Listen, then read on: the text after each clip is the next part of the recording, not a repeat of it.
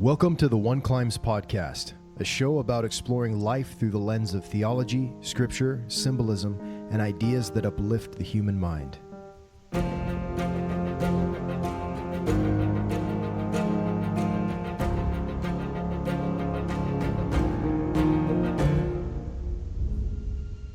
In 1 Nephi chapter 17 of the Book of Mormon, Nephi and his family have just arrived at the edge of this great sea. And this is after traveling in the wilderness for 8 years and going through all these trials and tribulations and suffering. And it's been very hard on them, especially upon the women and the children, to basically have to eat raw food. They're not making very many fires because it seems that they were counseled against doing that, maybe to hide their location or to be undisturbed by others, or maybe people that are coming after them potentially as they've escaped Jerusalem. So they're trying to keep a low profile for 8 years. You can imagine year after year going by wondering, when is this going to end? And finally they arrive at this beautiful location by the sea. And to many, this feels almost like a promised land, like God has delivered them to this point, and now it's time to enjoy this a little bit. Well, Nephi is called up into the top of a mountain by the Lord, and he's told that he's going to need to build a ship to take his people across these great waters that are there before them. So Nephi decides that he is going to be faithful. He comes down, he begins to start making tools and a forge, and then his brothers see what he's doing, and they find out that he's planning on building a ship to carry, I've estimated it before, and it's around 30 people, plus or minus. And to do something like that is a pretty great feat. Like, imagine if you were just at the shore of a sea, you don't have any tools, you got to make them from scratch, and you have to build a ship that is going to carry 30 people across an ocean, that people just didn't cross oceans back then. It's as crazy of an idea as building an airplane that's going to fly someone to another continent, or a spaceship that's going to take someone to the moon. That was probably about as insane as it was for Nephi to be suggesting this to his family. I think sometimes you can think, oh, he's building a ship. Well, why was that such a big deal? Why were they so down on doing something like that? Well, I don't know if you've ever tried to build a ship before. The closest thing I've come to is building a barge with my father, the one that he designed for his business, to basically install piling and to build docks and decks out in the Gulf Coast, Corpus Christi out there. And building something like that can be challenging. I mean, we had fiberglass, we had resin, we had modern tools, and it took us a long time with a small handful of us to construct this barge. But that barge could only carry a small number of people. It certainly couldn't have taken people across an ocean. Like, there would be no way you would ever think to carry that barge out onto the Gulf of Mexico, because we've taken boats out there before, and a large flat bottom barge like that, it would get tossed around on those waves like crazy. And it was so small, comparatively speaking, to something like a cruise ship. And I'm not saying they built a cruise ship, but a larger ship is probably going to do better on the ocean than a little tiny vessel. And so I'm not sure how big Nephi's ship was, but it doesn't necessarily have to be a big ship. But the way that the keel of the ship, the bottom, is designed, it can help it cut through the water more.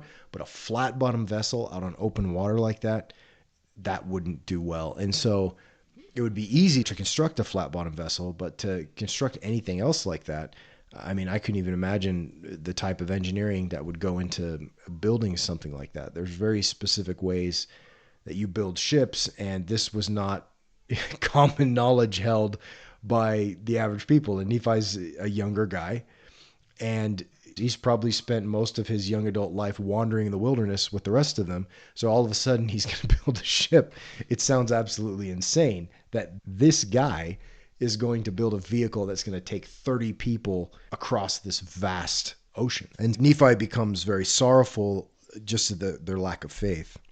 But, you know, in one level, I don't know that you really blame them that much, because I think a lot of their objections were perfectly valid. Like if somebody came along and said, I'm going to do this, if your parents took you out into the wilderness and you were living out in the middle of nowhere for 8 years, and then one of your siblings said, "Hey, I'm going to build an airplane that's going to take us across the ocean." You'd be like, "What the heck is going on? Have you been out here? Are you malnourished? Are you starting to see things? Like, what's wrong with you?" And so, but then what follows here is kind of interesting. And Laman and Lemuel, they they see Nephi's sorrowing, and they misunderstand the emotions he's feeling. They think Nephi is doubting himself, and so they start to kind of rejoice a little bit. And then they go, "Okay, we knew you could not construct a ship. We knew you were lacking in judgment. Wherefore thou canst not accomplish so great a work." This is in verse 19. Then they start to get, it seems, a little mad. And they start venting again some of the same complaints they've had before, but they're really letting Nephi have it. They say, "You're like unto our father, led away by the foolish imaginations of his heart. He's led us out of Jerusalem. We've wandered in the wilderness for these many years. Our women have toiled, being big with child. They've borne children in the wilderness and suffered all things save it were death. And it would have been better that they had died before they came out of Jerusalem than to have suffered these afflictions. Behold, these many years we have suffered in the wilderness, which time we might have enjoyed our possessions and the land of our inheritance, yea, and we might have been happy." And so a lot of times Laman and Lemuel are pictured as these villains, but what you see here, I think, is a little bit more complex than that. They're not just simply bad guys. You could see here that they're worried about their wives. They've seen their wives suffer so much, their children. They've they're not so much concerned about themselves. I mean, they certainly wish they could have been in Jerusalem enjoying their possessions and enjoying the land of their inheritance and raising their families and doing all the things that they had planned to do when this upset everything. Now, 8 years of their lives, they feel have been simply lost. Then they point back to the people in Jerusalem.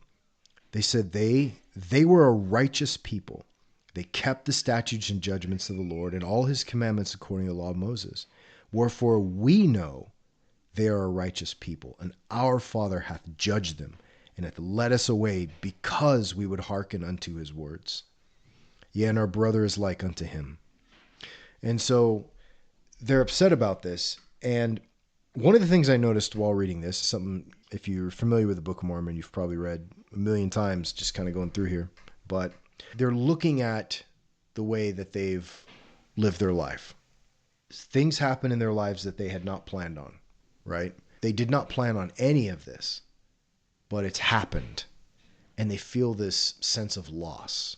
Like, it would have been better for us to die than to spend all these years just suffering constantly. Why did we have to go through all of this? They're looking at two versions of reality, one that could have been and one that is. And they don't like the one that is, the one that they're experiencing. They're thinking that if different decisions were made under different circumstances, their life would most certainly have been better overall. And I think that's a very common feeling for many people to have. When you're sitting in your current state of affairs, and sometimes I think that's often referred to as the grass is greener on the other side, right? Where sometimes you look at where you are now and say, my life would be better if maybe I could make a change and go to something else and it would improve. But then there's also this feeling that you're looking to the past now saying, man, my life could have been completely different if I would have made different decisions. But that's the whole thing. We didn't make those decisions. It's impossible to go back and fix things and repair the past. It can't be done. And so here, Laman and Lemuel, they're lamenting those things, and they're feeling very sorrowful. But it just really struck me as I was reading it this time how much I think we can feel like that today. I mean, I've felt that way before. I'm pretty sure that other people have had that same feeling, to resent the present and to start looking for blame, trying to find a reason why life is how it is right now, and build up a different version of what the present could have been if only X, Y, and Z didn't exist. But the way Nephi answers them is pretty cool. And I think there's something to consider here for us as well today in whatever we might be facing. Because if we're in the situation where we're starting to regret some of the decisions we've made, and I think it's probably legit to regret poor decisions. You could regret that. But even then, even if the decision was poor, even if whatever the decisions are that brought you to this place, you're here now, and there's nothing you can do to go back and change it. But listen to how Nephi responds, because I think it's pretty cool, like I said. So he starts talking about the children of Israel, how they were led out of the hands of the Egyptians because they hearkened to the words of the Lord. They were brought out of bondage, and they were carried across the Red Sea on dry ground. The enemies of the children of Israel were drowned in the Red Sea. They were fed with manna in the wilderness, and their thirst was quenched when Moses smote the rock and water came forth. They were led by the Lord by day and by night, just doing all things that were expedient for man to receive. But he says, but they hardened their hearts and were blinded in their minds, and they reviled against Moses and against the true and living God. Even though God did all these things for them, they didn't appreciate it. Now, was that just because they were super stubborn, or maybe they didn't realize that it was coming from God, or whatever it was? The point was is God was there with them, but that didn't matter. Whether they perceived God or not, they still blamed God for their sufferings and their strugglings, and thought that maybe they would have been better off just staying back at Egypt instead of going through all these things. And then they encounter the promised land, and it's full of people. And Nephi goes into the wicked versus the righteous and how they came to inherit that land. But then they did inherit the land. So Nephi's pointing out to his brothers here, you're talking so much about Jerusalem, this promised land, this place that you wish you could have gone back to, that you're like, oh, I wish we could have just stayed here. But how did people get there in the first place? The only reason there even is a Jerusalem for you to long for is because slaves were delivered out of Egypt, brought through this whole process in the wilderness where they suffered and struggled, but eventually they landed at this promised land. And their ancestors have rejoiced in that promised land for generations. And they're longing for it and praising it at this point. But what they don't see is that they're being led to a new promised land. The same thing that God did for their ancestors, he's now doing for them again, anew. But they're not seeing it. That's what Nephi's pointing out to them. Is what you're not seeing is God is doing the same thing. You are just passing through the same struggles that our ancestors did. So look back to what they did. Be better than them. Don't murmur and complain and turn against the Lord like they did. Realize what you're a part of and rejoice in it and move forward, and let's work together and make this happen, because in front of us, lying right there beyond the sea, is a promised land with our name on it. And it's all ours. And God's given it to us. He's going to bless us and prosper us. So you're sitting here longing back for Jerusalem, but remember how Jerusalem came to be, right? And so I think that's a really profound thought, because we here are not only looking back at Moses and the children of Israel coming out of Egypt, but we're also looking back at Laman and Lemuel and Nephi and their family coming out of Jerusalem into the promised land. So here we are in the present. We have this pattern going again and again and again. And now we're in our lives, and maybe we're passing through our own wilderness. Maybe we're passing through our own rough times. But little by little, God's giving us a little manna here, quenching our thirst from the rock. He's helping us to endure day by day. And some days we may not even feel like his presence is there. I mean, Lehi, at one point, remember, he's murmuring against the Lord when all of their bows are broken and they don't know how they're going to get food. Everybody starts to complain, all of them. It kind of broke almost everyone except for Nephi. And I'm sure Nephi was probably wrestling with this too, but he decided to go and make a bow and then take it to his father and say, all right, let's pray about how we can do it. Let's move forward. Let's just keep moving forward. Let's endure. Let's do what we can. And let's trust that the Lord knows what he's doing. So in our own lives today, we too can trust what the Lord is doing in our lives and realize that he is always there, even though we can't see him or detect him or discern that he's in what's happening to us at the moment. He is with us. And whatever difficulties we're traveling through, the Lord is with us and he will deliver us. Think of the Lord for 400 years, seeing his people in slavery. It's hard to know sometimes why God didn't intervene. He does intervene at some point. 400 years, but he intervenes, and he intervenes in a huge way, right? But why didn't he intervene in the 300th year or the 200th year or the 10th year or the 3rd year? Why was it so long? Well, I think the only thing we can chalk it up to is that, at least for me, the Lord has a reason for doing what he does. And there's a wise purpose in allowing life to simply unfold. But I think the one thing to realize is that the one thing that gets repeated over and over again that we see happening again is that the Lord does deliver his people. When his people turn to him, he delivers them and he offers them that deliverance. And so that's something that Nephi talks quite a bit about. But yeah, this particular part of this chapter just really hit me hard today as I was going through it. And I know people that are going through hard times. There's people all around us going through hard times. I've been through many hard times myself, but I think there's a lot of strength that we can take from these scriptures because they reveal something about how the Lord works with us, that he doesn't stop things from happening. Not all the time. Sometimes he does. Sometimes he intervenes. I personally think he intervenes when it becomes necessary to preserve our agency and necessary to preserve whatever we need to continue keep doing here on this earth. There's a lot of people that have suffered on this earth many times, but also remember that our Savior has also suffered in indescribable ways. And we look at our lives and say, hey, it's not fair what's happening to me.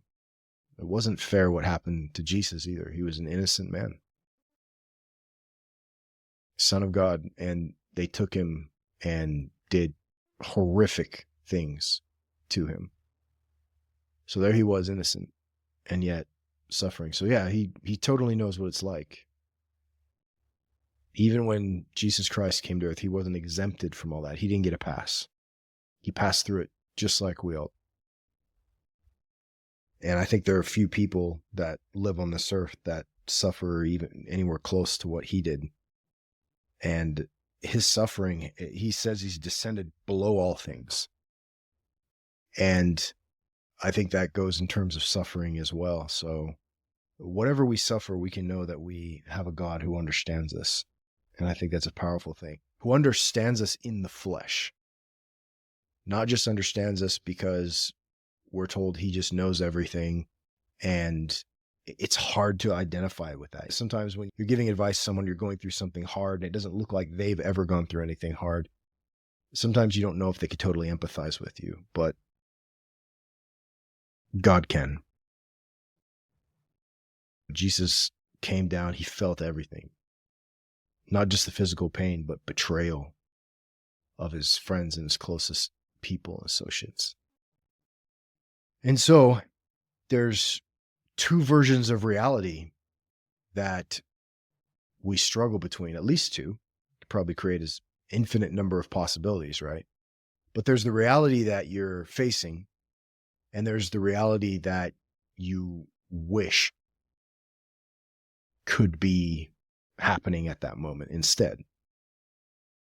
And it's always this struggle, it seems, between these two realities, a longing for the one reality or simply accepting the reality that you're in.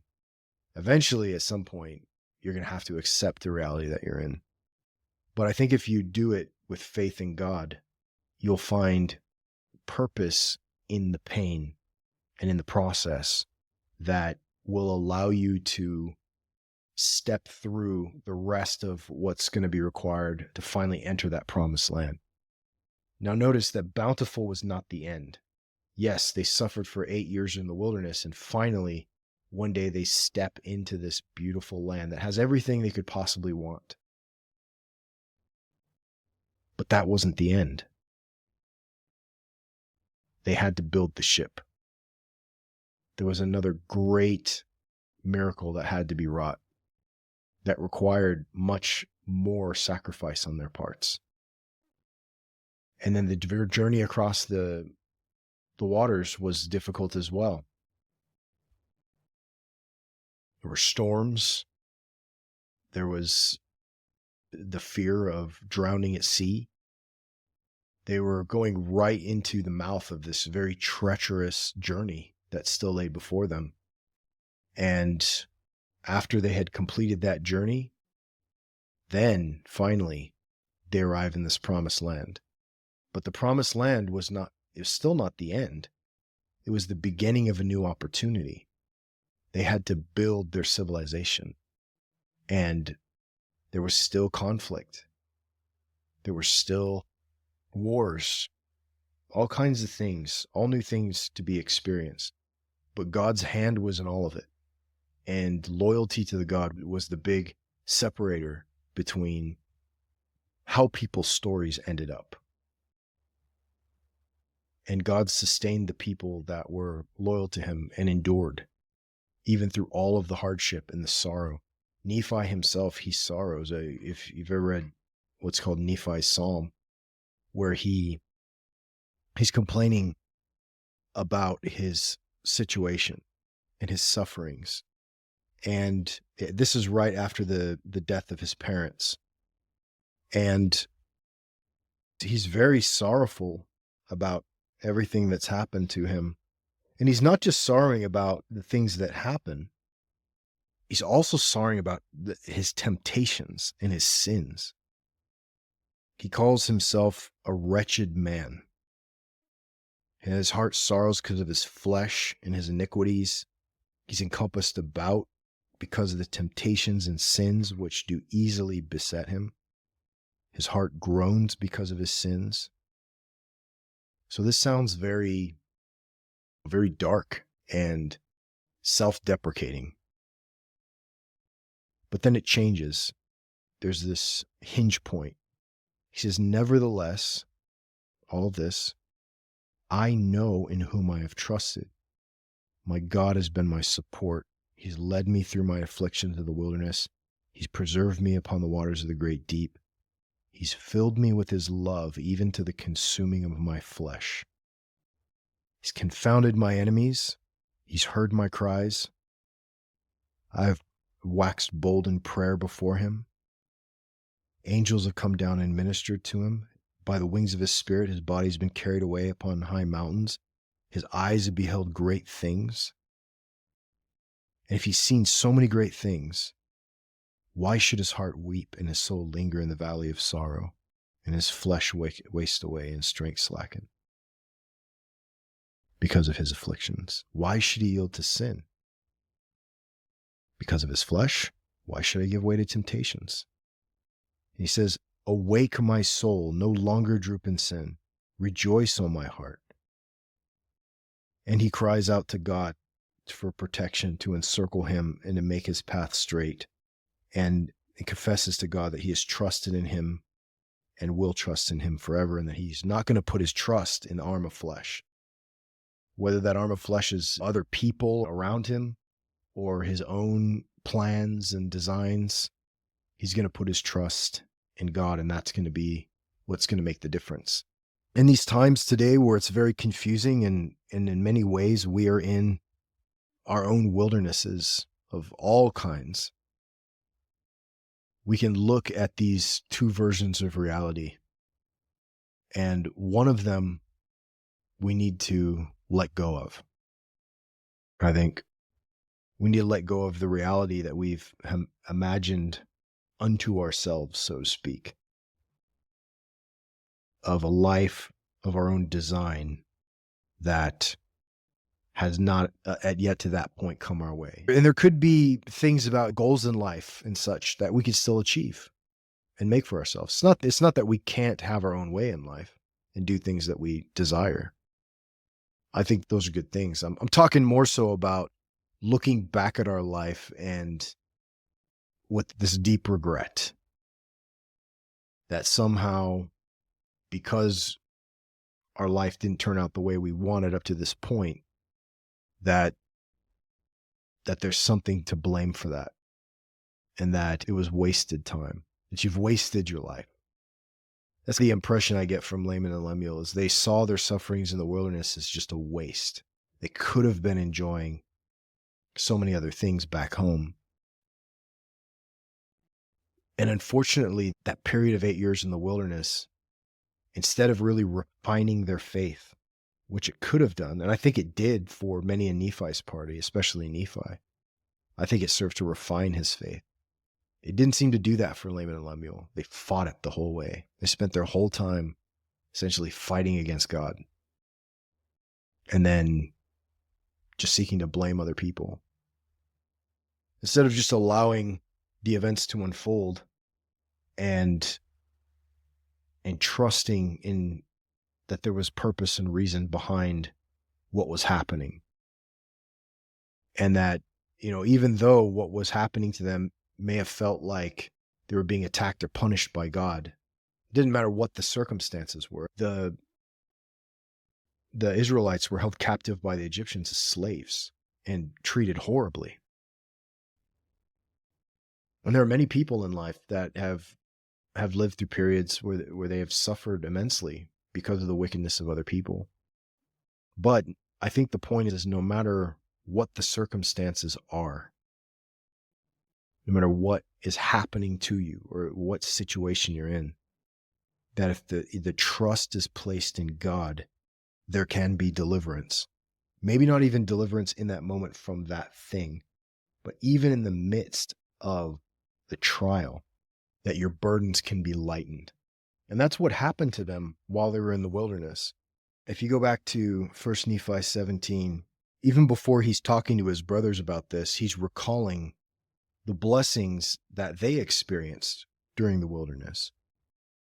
First, he talks that he mentions that they haven't made much fire in the wilderness because the Lord hasn't really allowed them to do that too much. But the Lord has said instead, he goes, I will make thy food become sweet, that you cook it not. And I will be your light in the wilderness, and I will prepare the way before you. If it so be that you shall keep my commandments, and inasmuch as you keep my commandments, you shall be led toward a land of promise, and ye shall know that it is by me that ye are led.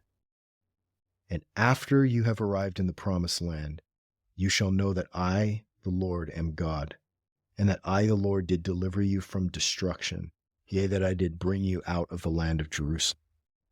Wherefore I, Nephi, did strive to keep the commandments of the Lord, and I exhort my brethren to faithfulness and diligence. And that's the key right there, is through this process, whatever it may be, if you keep the commandments, there are things that we can't control. But there are things we can't control. We can't control the reality that we didn't get, but we can endure the reality that is before us. We can keep the commandments. And as we do this, we're going to be led to a promised land. And we will know through the pain and the suffering that it is by the Lord that we are led. And he will make our food become sweet, and he will be our light, and he will prepare the way for us. He'll ease our burdens, and he will make the unbearable bearable. So it doesn't matter what we're passing through.